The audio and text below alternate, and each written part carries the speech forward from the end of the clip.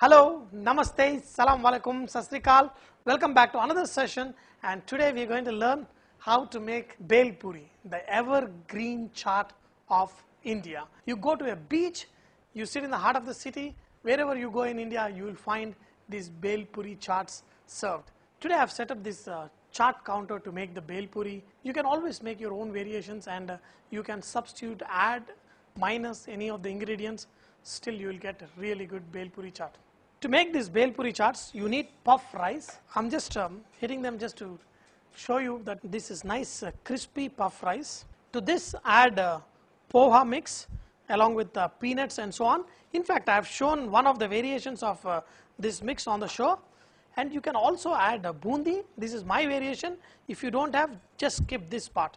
Add save and these papadis. These are all optional ingredients. If you have it, you can add it. Just crush and add few pieces in this. Now you can add all the other ingredients, just small pieces of potatoes. This is also optional, but these are compulsory. Adding some chopped onions, I'm going to add a lot of them. Cucumber cut into small slices. Add tomato chopped. If you want to spice it up, you can add a little bit of chopped green chili. In some places they add grated carrot. It's up to you. This is also optional, just to make it good colorful. Then add chopped coriander. Now we are going to add the ingredients that can make this Bel Puri soft. That's why we are going to add this at the end. That is tamarind sweet chutney. Just add it enough. Your green chutney. Now just mix all these ingredients. In fact, you can just toss. I think I can add a lot more save. To this, if you want, you can spice it up a little more using chili powder, chaat masala if you want, and your Bel Puri is all ready. After mixing all these ingredients, just put it in a plate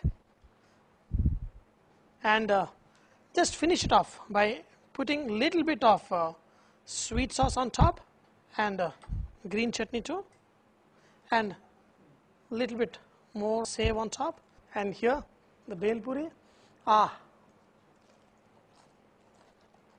Your Bel Puri has to be crunchy. If it becomes too soggy, then you will lose the texture and the taste of this Bel Puri. Dear friends, I hope you have enjoyed today's session of learning how to make Bel Puri with your warchef at Vareva.com. Remember, Vareva is all about inspiring others to cook. So please post your recipes and cooking tips at Vareva.com so others can benefit from your great cooking. Thank you.